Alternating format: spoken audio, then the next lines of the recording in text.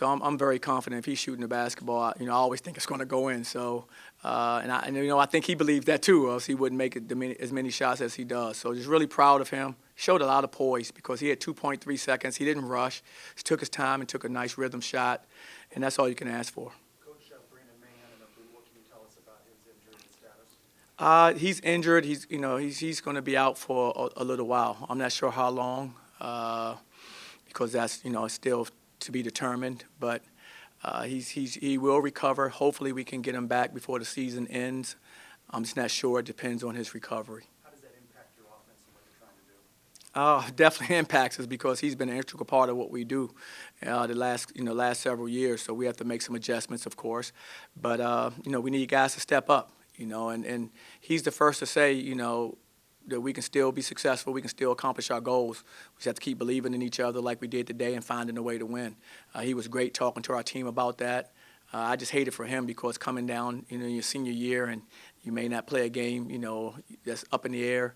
That's tough. I hate that for any young person. So hopefully he'll get healthy and get back before the season ends. But only time will tell. Ty Freeman seemed like he kind of played more minutes with Mahan's absence. What did you think about Ty's contributions? I thought he gave us a huge lift. I thought his energy, I thought his playmaking ability was huge for us. I thought he played with the aggressiveness that he played, earlier in the season, and that's who he is. He kind of gotten away from that, and so I'm glad to see him get back to playing the way Ty's capable of playing. Before you get to the game winner from Darren, what were you thinking? Because it looked like maybe the ball was tipped out by ECU. They said it was still UCF, so they retained possession, and then Darren Johnson pretty much admitted that if he tipped that ball in, for ECU to tie the game, what's kind of going through your mind in that late sequence before you celebrate with the win? That looked like some bad luck right there. Yeah, I think it was. You know what? He did tip it in, and it's unfortunate, but that's what happens in the game of basketball, and anything's possible. And so, I don't like to dwell on those things as a coach, and even when I played, I just believe in going to the next play because you can't control those things. You can only control what's in front of you. And so what we said, miss or make, we had already designed what we wanted to do. And we actually got it. I mean, you give them credit. They made a really good play. They tied it up. We got Darren right in front of our bench, the same place that he got the shot blocked. He ended up taking the next shot from. So we ended up getting kind of what we wanted, and they made a better play. They blocked it. And so, we were ready for a miss or make in that situation, and I thought our guys executed well. Coach, you just said right now that Brandon Mahan is an integral part of your offense, and then throughout the game you had a lot of guys with early foul trouble. Had a lot of guys with that saw a lot more time than they normally would on the floor. How much more sweet does it make it for you guys to pull out the win today when you had so much involvement from the lineup today? It's a good feeling because you want to see guys contributing. We talked about this earlier in the season. I think we talked about the depth on our team, and I think our depth showed tonight. We still have those guys. They're still capable of coming in and making, big contributions for us, as did Ty tonight. Dre did against Houston, tough game for us, but I thought Dre's performance was really good. And so we know we can count on guys to come in and play, important roles for us down the stretch. Last time you played ECU went to overtime as well. I guess you pull out a win today. Two close games versus ECU. What does that show about your team to pull out those wins? Well, I think it shows our character. The fact that we can, find ways to win. Both are uniquely different games. One, we're up down 20, and we have to rally to come back and win. In this game, I mean, it was just a fist fight the entire game. Both teams. I don't think the lead for anybody ever got past maybe 4 or 5. So it was really a heavily contested game, but our guys did execute very well down the stretch to make the plays we need to make, and not just on offense, defensively too, to get some stops that we need to have. So I thought our guys, did a really good job, and I'm just very proud of them. That's about all I can say about that. You said you want to see contributions from other guys. One of those guys could be Isaiah Adams, but he continues to struggle. Why do you think at this point in the season he has just not gotten it going?